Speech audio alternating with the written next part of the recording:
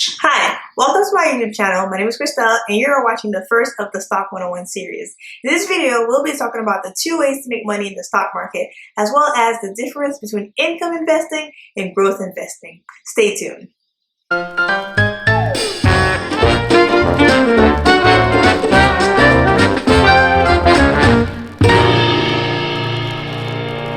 Okay, so what is a stock? I know what you're thinking. What the hell, Christelle? I know what a stock is.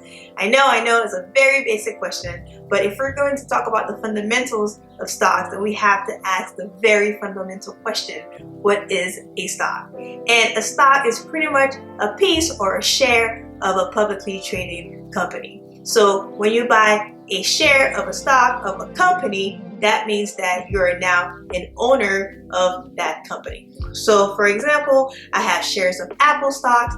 That means I am an owner of Apple.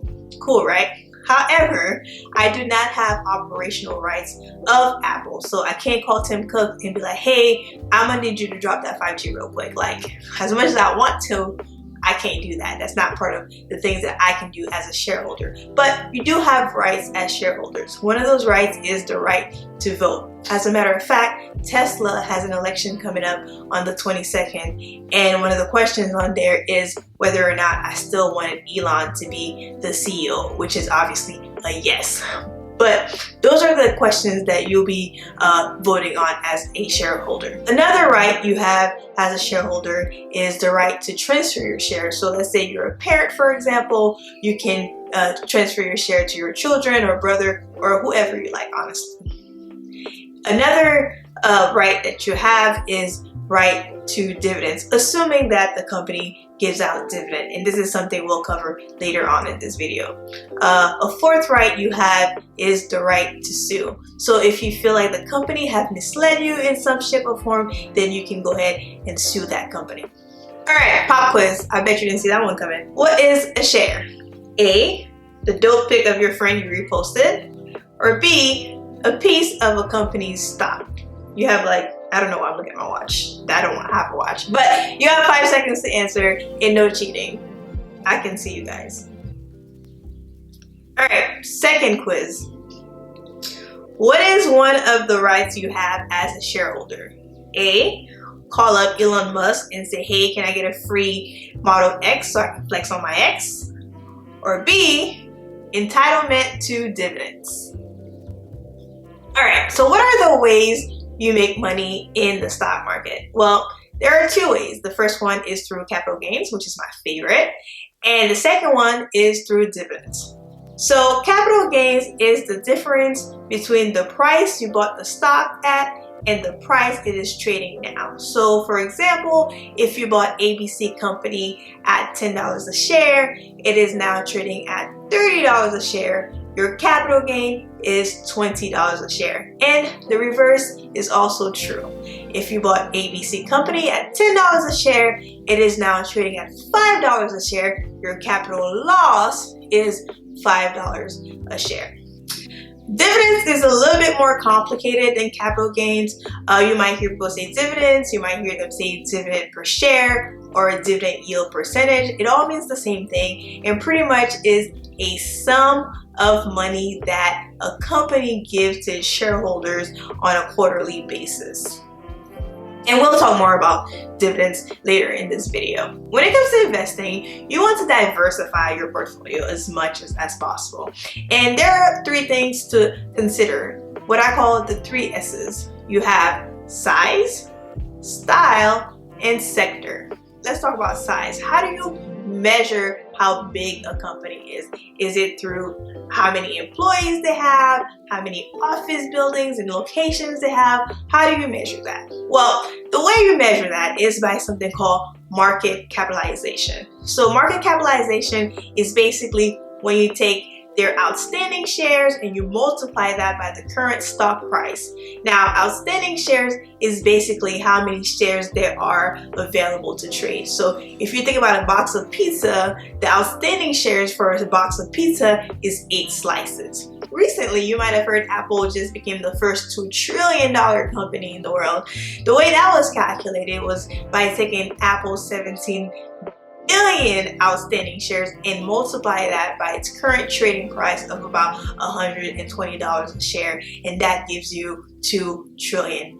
So why does size even matter? Well, it's because you don't want to have too many large cap companies because those companies typically don't grow as much, and you also don't want to have too many small cap companies because those companies tend to be very volatile. So if you have a mix of large and small cap, then your portfolio would probably average out a little bit more. So let's talk about style now. A lot of times you'll hear people say, I'm a dividend investor, or I'm a value investor, or I'm a growth investor. Personally, I'm a growth investor. If you saw my last video where I detailed my whole entire stock portfolio, then you'll know, or maybe you won't know. But basically, the whole entire portfolio is a growth investing portfolio. So let's start with growth investing. The whole idea of growth investing is capital gains. You want to buy low and sell high. So if you take a stock like Tesla, for example, it's trading before the split, it's trading at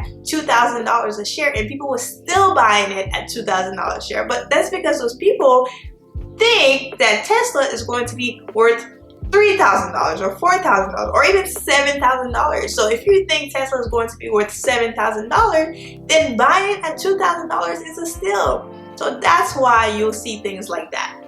So who should invest in growth stocks? So growth stocks are perfect for people that don't mind taking on risk.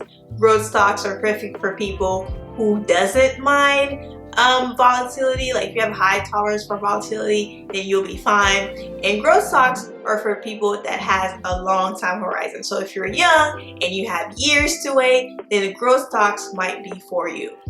All right, now let's talk about income stock, aka dividend stock that we mentioned earlier. As mentioned, a dividend stock is basically a company that pays its shareholder a payout every quarter. So those stocks are usually going to be your large cap companies, because essentially when a company give out dividend, it's pretty much saying, look at all this money I got, I don't even know what to do with it, so I'm going to go ahead and kick it back to the stock, to the shareholders. So that's pretty much what happens when you're getting that dividend.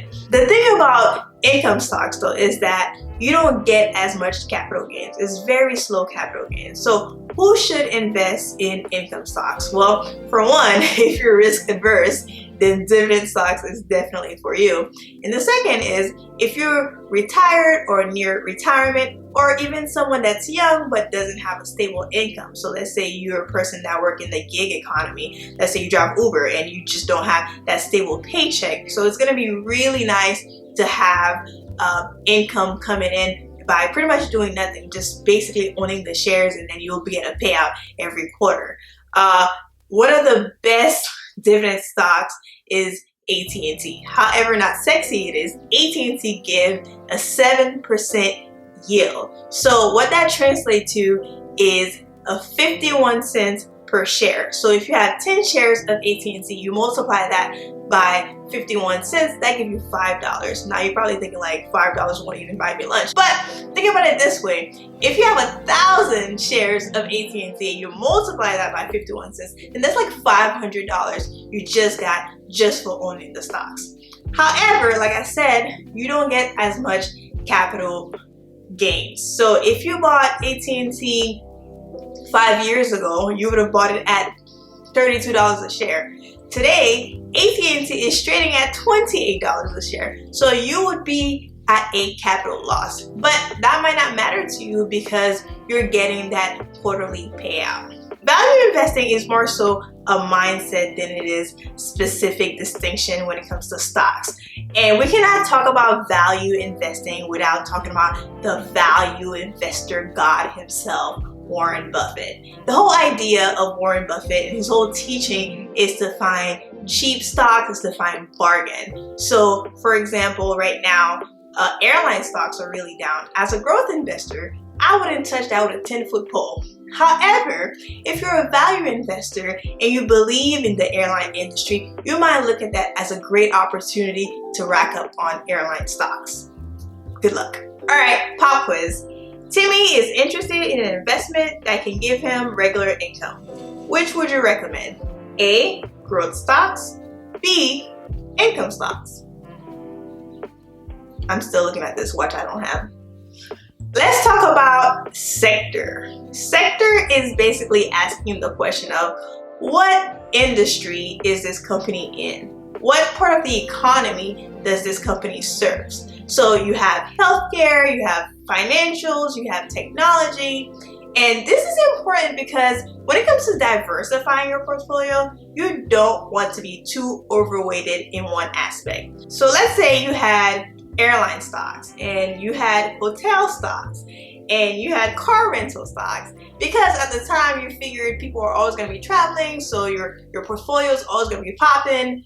But then 2020 happened, right? So if you one of those people that only had those stocks in your portfolio, it's not looking good for you. So that's why it's very important to try to diversify in terms of size, in terms of sector, and in terms of style. So just because I'm a growth investor doesn't mean I will never buy a dividend stock. As a matter of fact, actually, Apple is a dividend stock. Apple is one of the very few tech companies that give out dividends. Now, that's not why I'm investing in Apple, but if you can find a stock that gives both capital gains and dividend, then it's perfect.